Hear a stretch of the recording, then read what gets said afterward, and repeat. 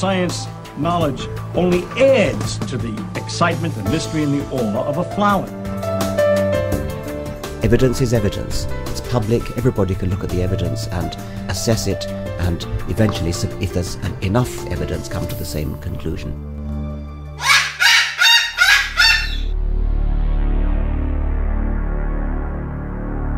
Cockatoos with attitude. Cockatude.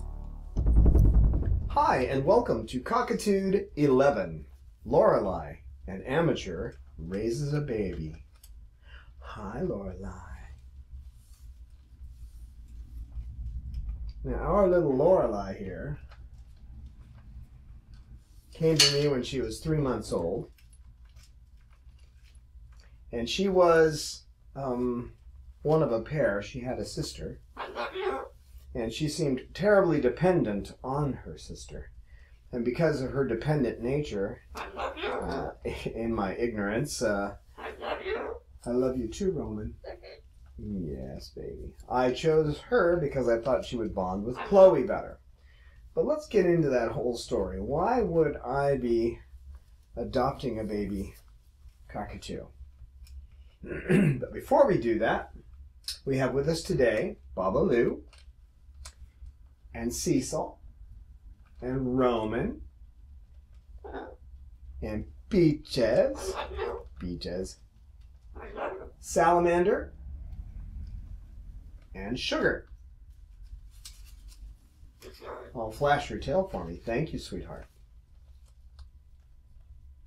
About a year after I got Chloe, I started feeling sad for her because she seemed to need a little more than just me. And not knowing much about cockatoos, I was learning, studying, and I'm going to lose the button right here because this is my button killer here. I was learning as fast as I could, but I was coming out of complete ignorance about birds. So I had taken Chloe because the people who had her were going to get rid of her that weekend, one way or another. And when I learned that she had had a self-ingo hysterectomy and that she couldn't have babies, but she was constantly nesting, without any real direction from anything I read, I decided that maybe she would feel better, and you should always look. Today I would tell anyone, always look at the facts. I love you too. Always look at the scientific facts and try to get a good idea of what we actually know before you jump into something like getting a 3-month-old baby bird. And there are a number of reasons for that, but I wanted her to feel better, and I wanted her to have a reason to nest. So I took her with me an hour away to a little town called Alpine, to a private breeder that only had a single pair. And I chose Lauralei out of the 2 that were available at the time. At the time, she was named Bella, and she had barely fledged. I mean, she couldn't really fly, but she did have, she had some feathers on her, didn't you, kid? Yeah, you weren't really much of a flyer. I love you. I'm going to look for a clip that shows how ignorant I was, where I'm feeding her, and she's basically doing everything I ask. And it seemed as though the behavioral techniques I had learned in my class were working perfectly. But then again, I was pretty new at what I was doing. So Chloe and I were down there, and we chose her because she was the one that seemed most dependent. And bringing her home, that seems to have worked because she got really close to Chloe right off the bat, and Chloe kind of mothered her. Although it wasn't like Lauralei was sitting in a nest with Chloe. Chloe did pay a lot of attention to her, and they would talk back and forth. Lauralei would vocalize, Chloe would vocalize, they would go back and forth like that. There was never any kind of aggression between the 2 of them. And indeed, Chloe did seem more interested because there was another bird around, a baby one. But I think quite possibly any other female umbrella cockatoo would have garnered about the same kind of response from Chloe, but there's no way to know for sure.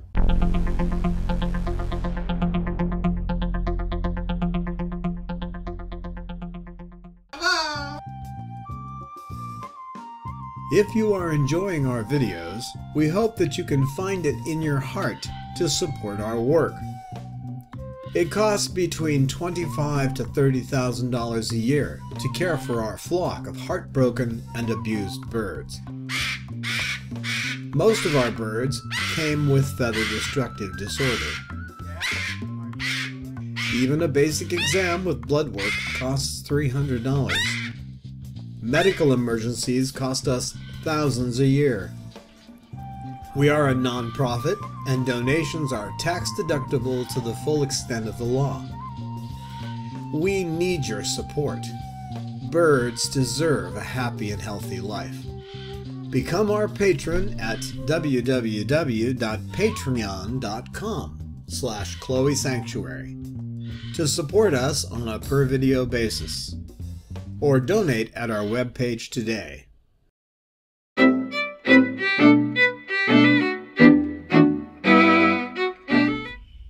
So this little one, I don't think it's a good idea for people to bring in a baby and feed it by hand. It is a complicated thing to do.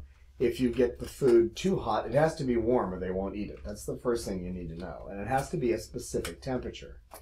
So you shouldn't be guessing. You should actually have a thermometer that you can test the temperature of the food and make sure it's the right temperature for them. If it's too hot, it can actually burn their esophagus, their crop, that widened area of the esophagus. And if it burns that, they'll never be able to eat well again. They may only be able to eat liquid or blended foods like cocoa. That's what we think happened to her. I did, when I was raising her, I did read as much as I could on what it took to raise these guys. And I had a book that, I don't even remember the name of it now, but it was basically written for breeders on how to take care of them. You can get that kind of information out of the Manual of Parrot Behavior by Lucier. And you can also get information about that from the Masaba Manual for Citizen Birds. And that's a better source. But, so, it did say that you should let a bird wean itself, and that an umbrella could take over a year to wean. And in Laurelei's case, it took about 13 months to wean her. She still does occasionally ask for soft food. She'll eat a little bit of cocos at night with cocoa, and that's okay if they want to eat that. She eats everything else too. And I love you too, Roman bird. You're a good boy. So I spent 13 months working with her, helping her to learn to fly. And I'm going to try to clip in a little video of her where she comes flying down at me from way up on high in the original location of the sanctuary. And she got terribly good at flying. And I encouraged her at every point to actually fly rather than walking over. I also encouraged her to fly to my arm by just holding my arm up and saying Lauralei, which is a kind of recall training, so that if you put your arm up and you say their name, they'll come right to you. That can be extremely useful if a bird gets away. And an unclipped bird that gets away has some control over its flight. And so if it knows the area it's living in and it hears your voice, it will come back to you. There are actually a couple of people in the San Diego area that actually fly their birds, and I have spoken, not so much spoken to them, but actually had some contact over the internet with these people. Right now I have to be careful because she's close to Cecil, And we definitely don't want them getting together. It's not likely that they'll do that while they're sitting on me, but we don't want her to feel mated to Cecil. So I taught her to fly to me. I gave her basic recall training so that if something happened, I could get her back. And I taught her all the veterinary behaviors to be able to put her wings out if I asked her to, and to flip over on her back, and all those behaviors were pretty easy to teach because she was young, and they have an extended juvenile dependency period like humans do. So she learned a lot during that period of time. But she also found ways to manipulate me. Her favorite things to chew on are buttons. She has already taken the button off this shirt. Roman, you don't have to eat my neck, sweetheart. You can't pet you the whole time, silly. I can't. You should be like Bob and play. He goes, I won't do that. I just prefer to be petted. I do. I prefer to be petted. Okay, you two, this is not a brothel. Okay? We're not playing boudoir. Okay? You guys have to keep a little distance.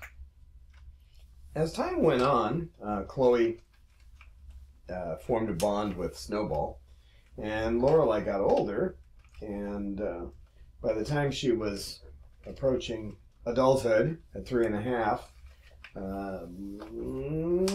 Chloe didn't really want to have much to do with her anymore.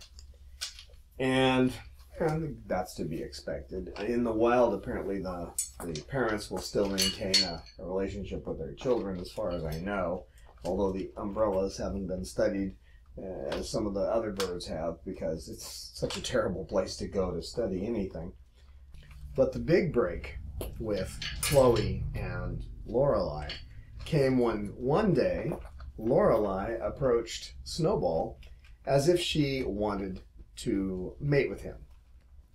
And from that day on, although of course I stopped that behavior before it could happen, Chloe yells, or screams, however you want to look at it. She has a specific warning sound, a warning vocalization she makes when Lauralei comes into a room where she is. She will keep Lauralei away from Snowball. She will position herself between Lauralei and Snowball.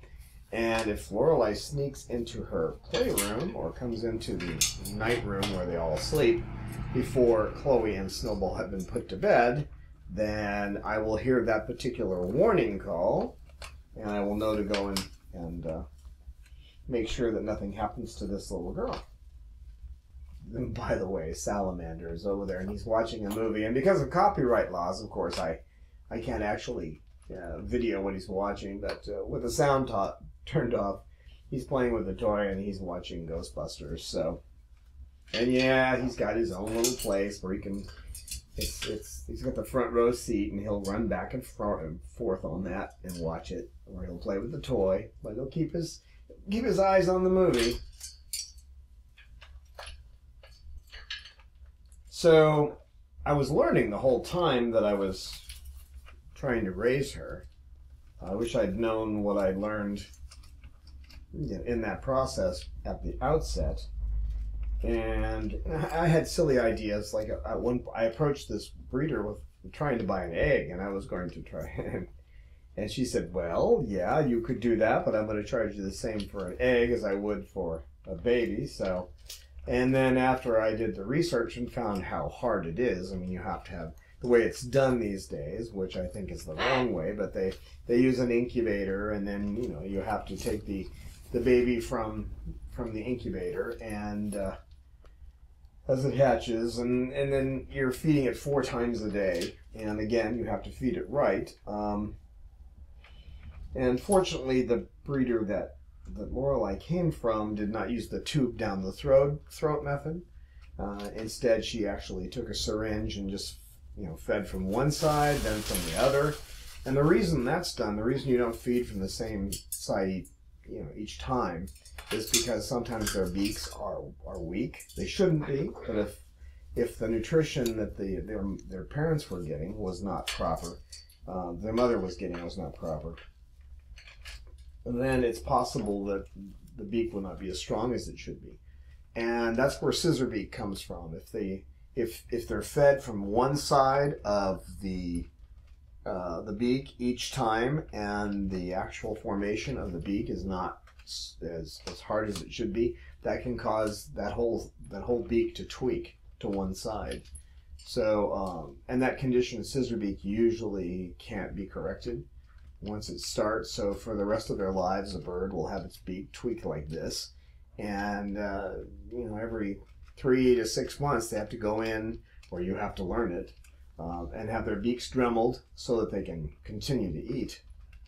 Obviously, this wouldn't happen in the wild, so scissor beak is something that's strictly a byproduct of raising these birds in captivity and doing it improperly.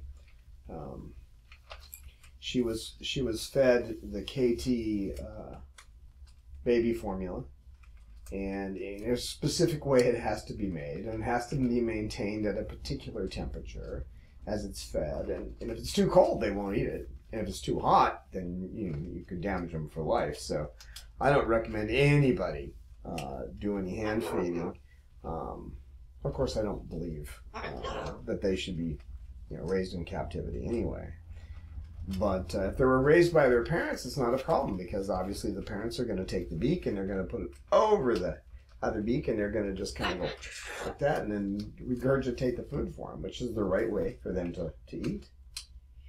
And of course, that way they get to learn how to feed their own. And studies at University in Northern California have shown that birds raised by their parents and handled 20 minutes a day, I love you too, Roman, don't come out with the same problems that birds who are raised in incubators do. As I like to put it, if I had been raised by monkeys, I wouldn't be human. I certainly wouldn't have any of the normal features that human beings actually have. There's a lot that we learn from culture, and these guys in the wild have their own culture. They have their own way of doing things in a group, and they learn it from the group. So, what's the matter? What's the matter there? What's the matter?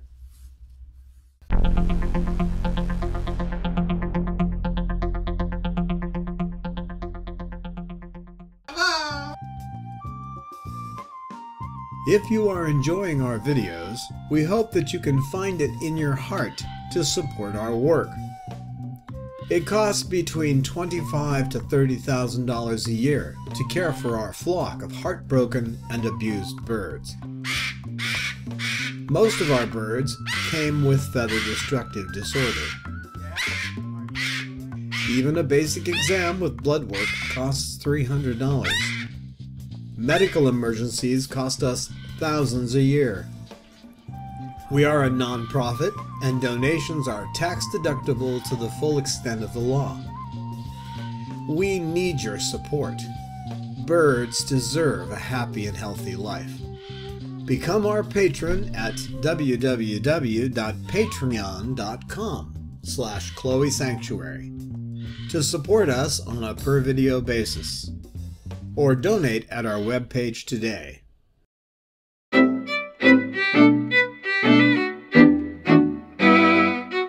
Are you bothering Peaches? Don't bother Peaches. Here, Bob, get over here and play. Get over here and play. Go on. Go on. Yeah. Hi, baby girl. We might as well say what Lauralei, her vocabulary. She says Lauralei. She says hello. She says hi, baby girl. Don't you, Lauralei? Those are the phrases she's learned so far. She's working on I love you, but I haven't heard that come out clearly yet. Lauralei. Lauralei. She taught Bob to preen her. She's our expert on preening. And when there have been new birds come in, she works with them to get them to preen. And oh, by the way, the vocalization by Peaches earlier was to warn me about Bob. Bob was paying too much attention to her, and sometimes he'll bother her. He wants to preen her, but she doesn't like to be preened by other birds. But Bob did not preen when we first got him, and it was Lauralei who instructed him. She got up next to him and stuck her head out like this, and he'd back up, and she just stepped forward, here, and eventually he started to preen her. One of the biggest mistakes I made actually was fairly recently, about a year ago. I was getting ready to leave to go on a computer job, and I have to have all the birds in their cages for that. Just out of pure safety. Even though I have the cords to the few items that are in that room that have electrical cords covered with a metal corrugated protector, and we're talking something that they can't bust through. Now they could, if they can get a hold of the end, they might be able to twist it apart. If they worked hard at it. I haven't seen them do it, but they're pretty powerful, and anything is possible. So when I went to put her in her cage, she tried to get away, and so I put my hands up to stop her. I can only guess, because I didn't see it myself, just a shadow, and I'm not sure about that. You know how memories are, you can't trust them. But from that moment on, she was afraid of me, and if she saw my hands, she'd fly away from me. Now, this is a bird I raised by hand, and since she was 3 months old, and 13 months of hand feeding. And all I can guess is that there was a hawk, and since my hands were trying to push her towards the hawk, and we've seen hawks fly down to the window before, so I assume at that point that that's where she associated my hands with danger. And it took nearly 4 to 5 months to fully take that away. Once in a while there's a little resurgence. I'll go to pet her in her cage and she'll run away from my hand. It's rare, but it does happen once in a while. And that's normal though. And when you have a behavior, it does come back. It's called resurgence. It's usually less of a behavior. It's usually not as bad as it was originally. It will be a lesser behavior, and it's easier to deal with, and you can fix it in a matter of maybe minutes in some cases. I think I had you on this side for a reason, so you wouldn't be bothering Peaches. Now you can have some more wood, Babaloo, if you want it. And I don't want you on that side because you bug Peaches. Okay? Thank you. So the methods I used to fix that problem, or to approach that problem, were to, as I approached, if she made any motion, if she turned her head like she was going to leave, like she was looking for a place to go, they'll do that. Or if she just hunkered down and looked at me, then I'd take a step back and talk nicely to her, which is one of the reasons you will hear her say, "Hi, baby girl." When I was trying to get her back in the cage, I used her name. Now, you don't want to use their name in a negative situation. You don't want to use, actually, you try not to talk to them when you're in a situation where there's a problem. Let's say that they're in pain and you're trying to fix, like they have injured their wing or something, and you're trying to fix it. If you talk to them in a soothing manner, you can have that soothing sound of your voice be associated with pain. So be careful where you use your voice. I go in often with vets while they're working on our birds, and I understand this, so I'm careful where I use my voice. What we can see as being consoling or comforting may be misinterpreted completely. It's associated with what's happening at that time. That's one reason that it's rare to get vets who will bring you into the environment when they're working on a bird. If they can get you to keep your mouth shut and not, you laughed at me, Bob? If you can keep your mouth shut and help, then it's fine. If you're going to talk to the bird while it's in pain, it's quite possible that you're going to be creating a break between you and the bird. So, as I did with Lauralei when I tried to get her back in the cage, and because I had to leave. So I just give myself more time if I have to go, And for some reason, she doesn't want to get back in her cage. I present her with a little almond butter on a stick. And 9 times out of 10, she'll be willing to go into her cage for that. And other times I can just talk to her and she'll go. Sometimes she'll just step, most of the time she'll just step up for me. But that one break, if you don't have the tools to know how to deal with it, it may be nigh impossible to get the bird to trust you again. She's pretty smart. They're all smart, but I think the thing about her intelligence that struck me the most was the time I walked into the main bird room with my earpiece on this ear, and I made sure that I walked in where it couldn't be seen. So I walk in kind of like a kind of like a crab, just walking to the side so she couldn't see it. And I sat down in the chair, and she was way up here, and I'm sitting in the chair.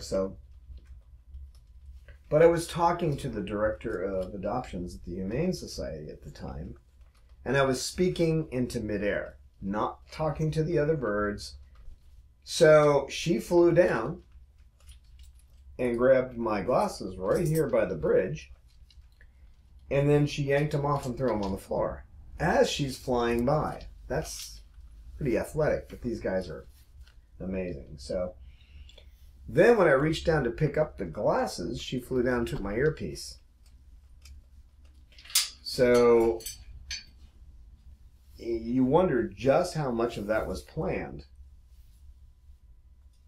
Now, there are videos that you can see of the Goffins at the Goffin Lab in Austria, and these birds are able to open these complicated locks to get inside something where there's something that they want. There's a video too of a Goffin making its own piece of wood, a tool, so that it can get a treat by poking this tool through the cage and pulling the treat to itself. So she's done some pretty amazing things, this little one. That's just the most obvious one where she actually assumed, I can only guess, that she assumed I had the earpiece in because I was talking to midair. Now, when she became an adult, which they become an adult at about 3.5 years old, sexually adult. They're not fully emotionally adult until they're 5 or so, from what we know. But what happened was that when she reached that level and she wanted to mate with other birds, and of course we can't allow her to do that because that creates behavioral problems. What she did was she ripped out some of the feathers right up in here. She's got only a couple more that need to come back in. She's got like 3 more that need to come back in. And so, of course, the natural solution for that, since the anxiety has to be brought down, she had to go on haloperidol in order to reduce that urge to rip her feathers out. But the nice thing is that being caught so early, she won't have to be on it for her whole life. We're talking maybe a year, and she's only about 6 months into that right now. So, and mating season's almost over, so we'll be able to phase her out and see what happens. But once mating season is over, by next month, I'll take her in and have these feathers pulled. Now, the reason I don't pull them is because it's going to be painful, and if I cause her pain, she may go into a phase of not wanting to be around me again. So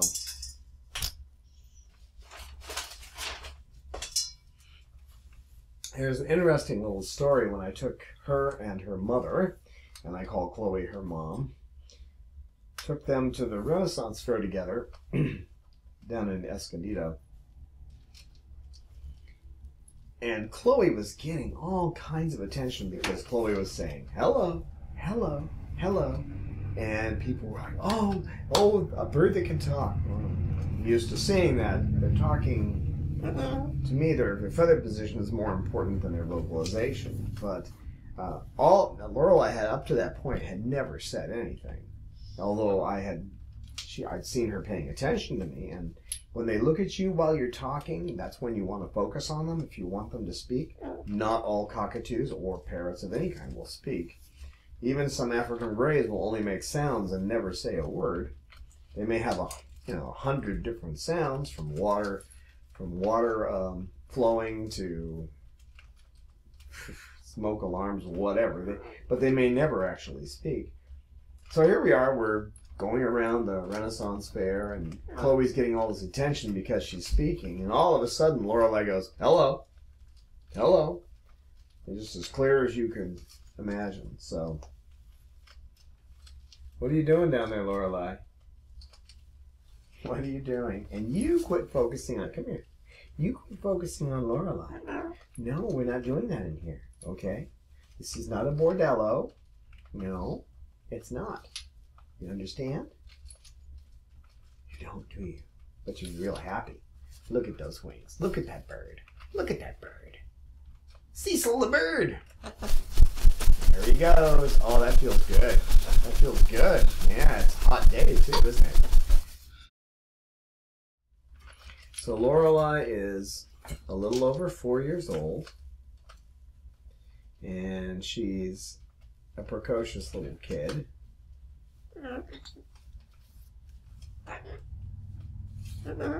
There she goes. She keeps trying to get Bob to preen her. No, you're not going to sit next to Lauralei.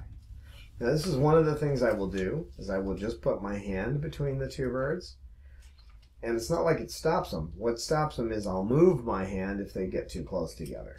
We got a male and female here, and we're not going to let them to get together. So try to get Bob involved, so Bob will keep this male from doing anything. He's not going to try to. He's not going to try to mate with her. Obviously, wrong species. Not that it doesn't happen, but Bob's not going to pull that. That's not happening, folks.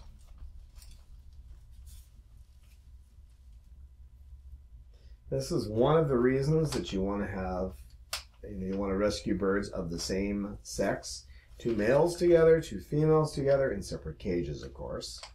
They can be out together under supervision, but you don't really want to have male and female because you're fighting this urge for them to mate. And some people think, oh, they need friends. Well, that's the kind of friend that will make it so that those birds, once they become mated, aren't going to be able to find homes. When you pass away, or if for some reason you relinquish your birds, they're not going to be as friendly as they would normally be because they've been involved in a mated relationship. And that's even kind of true of humans. You know, you have a friend and they get married, and it's just a silly analogy, but it kind of works, at least to get the idea across. And then all of a sudden they're not talking to you anymore. So she gets the mash. Her favorite foods are sunflower seeds, pine nuts, and papaya, as far as treats. If she had to choose between them, she would probably choose the sunflower seeds. She does eat the rowdy bush pellets, and she likes Bob's mash, which pretty much they all get that now. It seems to give them better poop because there's a lot of squash in there mixed with the actual rowdy bush pellets and other vegetables. And the squash helps to keep the old male moving for the birds, doesn't it, Cecil?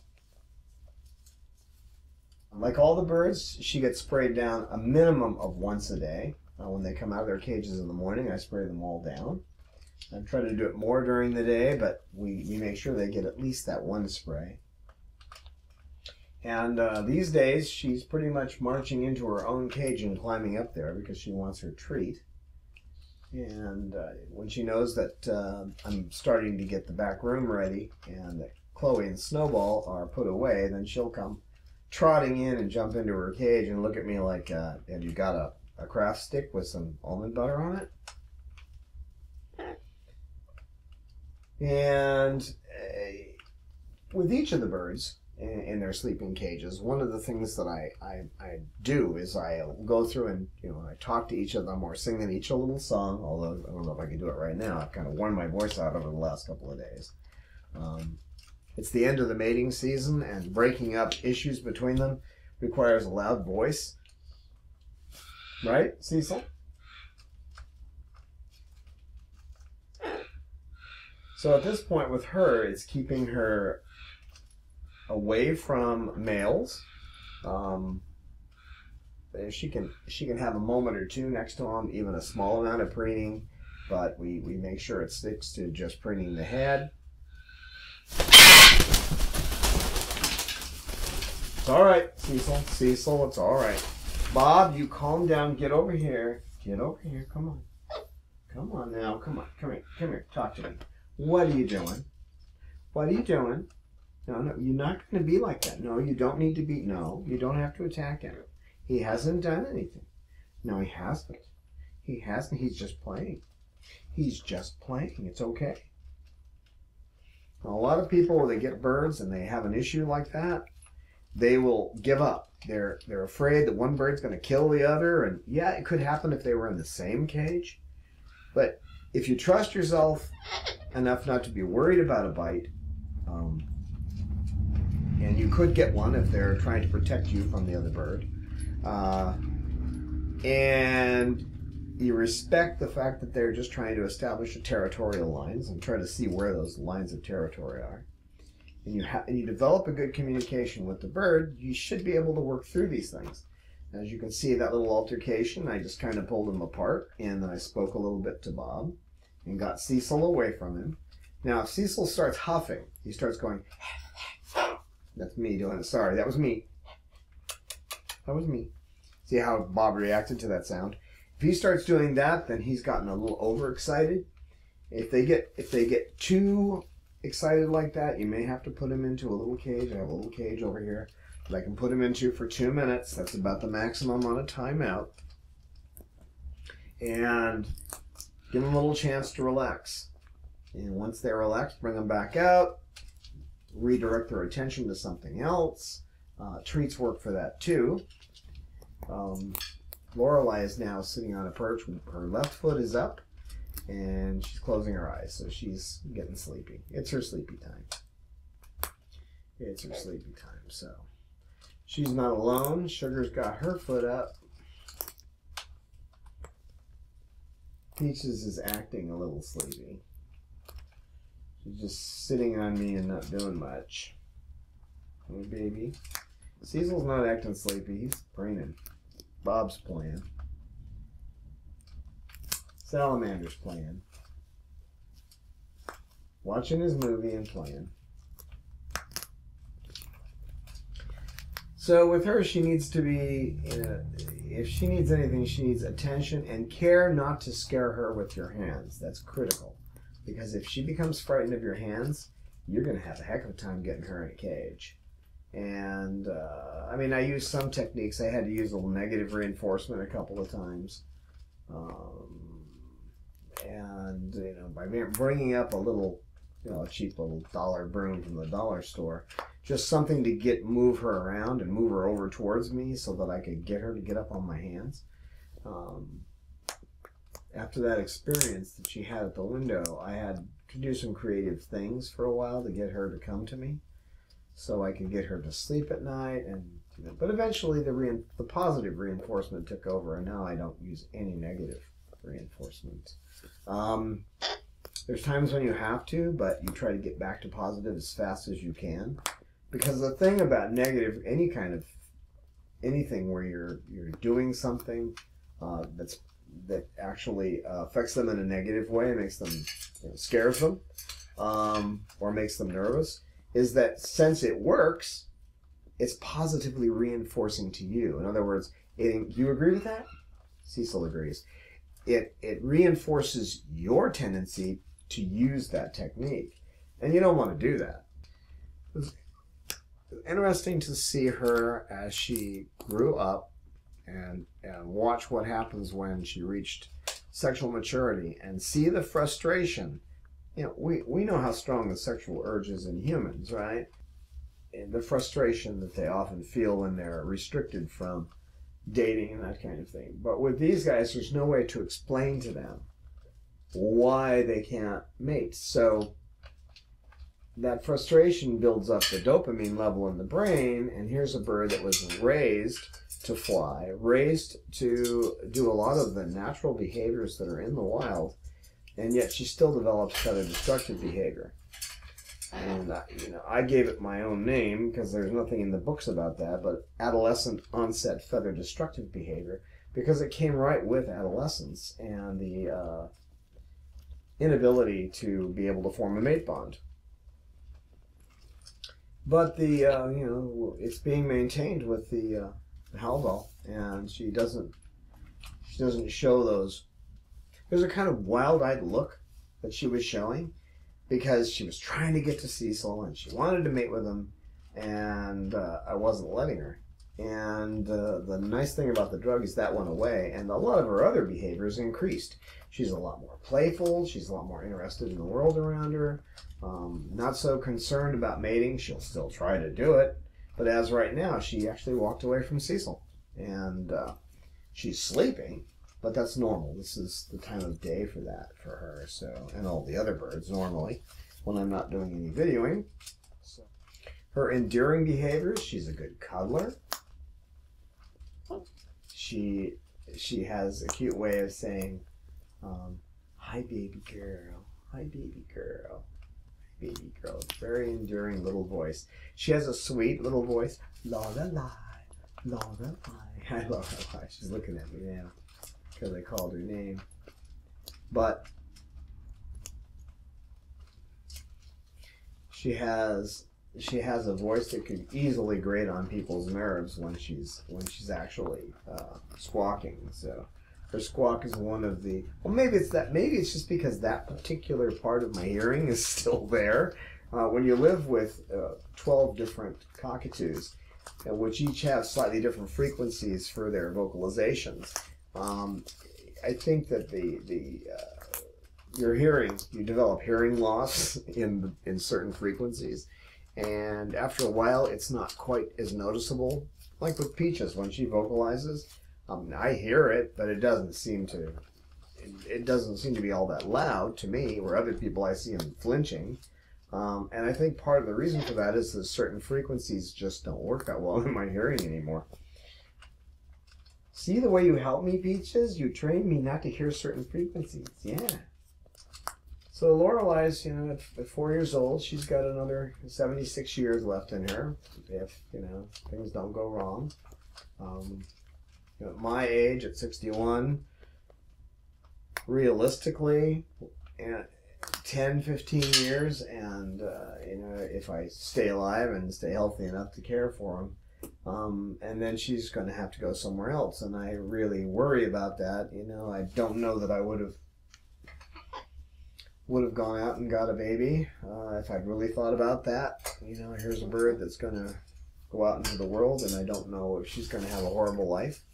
I can only hope that when that time comes, she'll end up in a place where she'll be understood, and it won't be somebody who just says, "Oh, she's a sweet bird," and they don't understand anything about the species.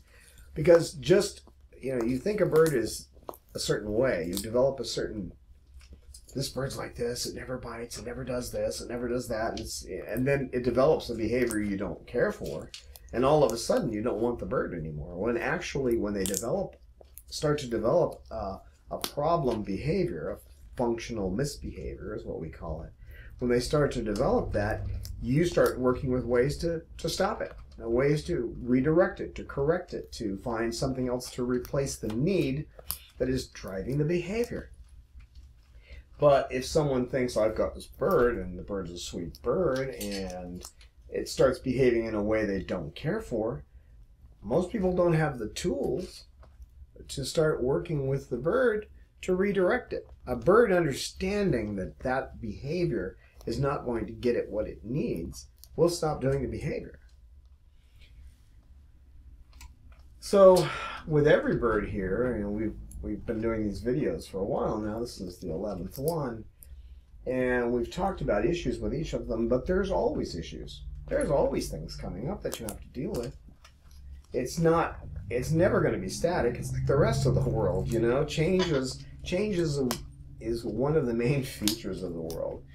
But so you're going to have interesting and fascinating behaviors that pop up. You're going to have behaviors that you don't care for.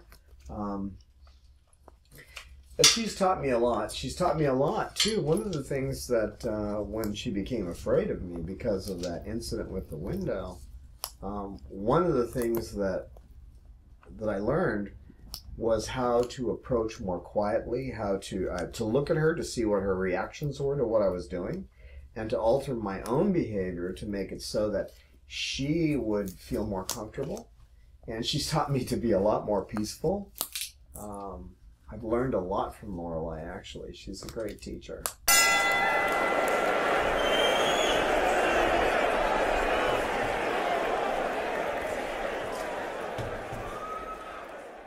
Bob, cut it out.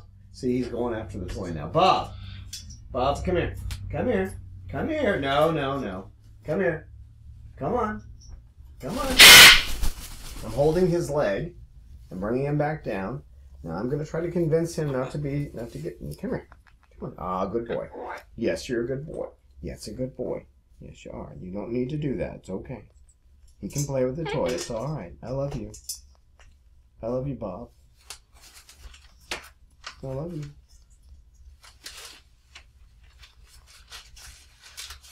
But the breeder had said that Lauralei was, you know, her weight would be low because all of her birds had low weight.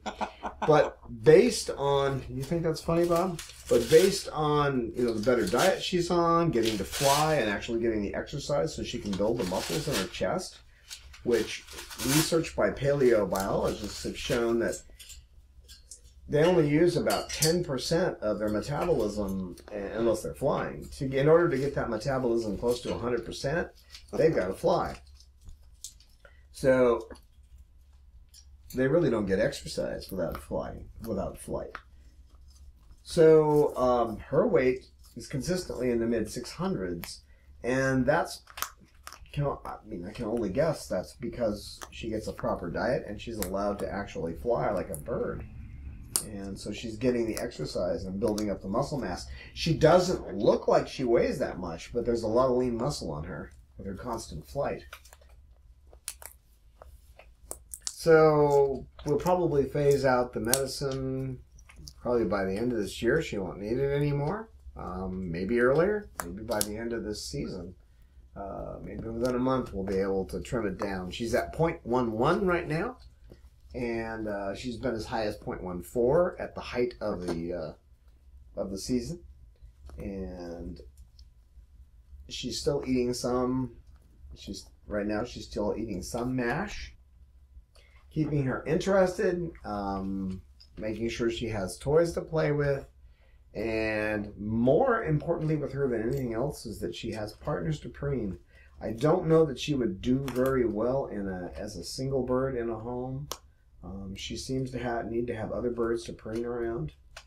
And she's very connected with the flock here. This is her flock. She was raised in it. It's difficult for any bird to move along, but as it is, she's only had one home. Having to move somewhere else would be a heck of a break for her. But she's certainly a pleasure to live with. And most of the birds around here really appreciate having Lauralei around. Some of them too much. Where did you go? Oh, hi, Roman. Hi, Roman bird.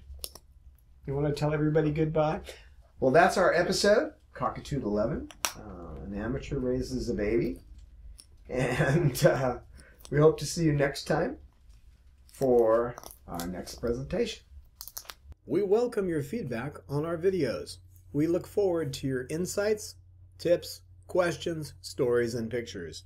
You can email us at cockatude@chloesanctuary.org, reach us on Twitter @Chloe Sanctuary, and join with us on our Facebook Chloe Sanctuary page. Please visit our website at www.chloesanctuary.org. That's Chloe spelled CHLOE. You can support us on a per-episode basis by visiting www.patreon.com, that's Patreon/Chloe Sanctuary. Why not be the first to sign up at patreon.com/Chloe Sanctuary? Be our patron. Only an amazing cockatoo, the mere sight of which would send lions running away in fear, could be the first to support our Cockatude episodes. Such a cockatoo would fear not, because you can limit the amount of your donations and stop them at any time.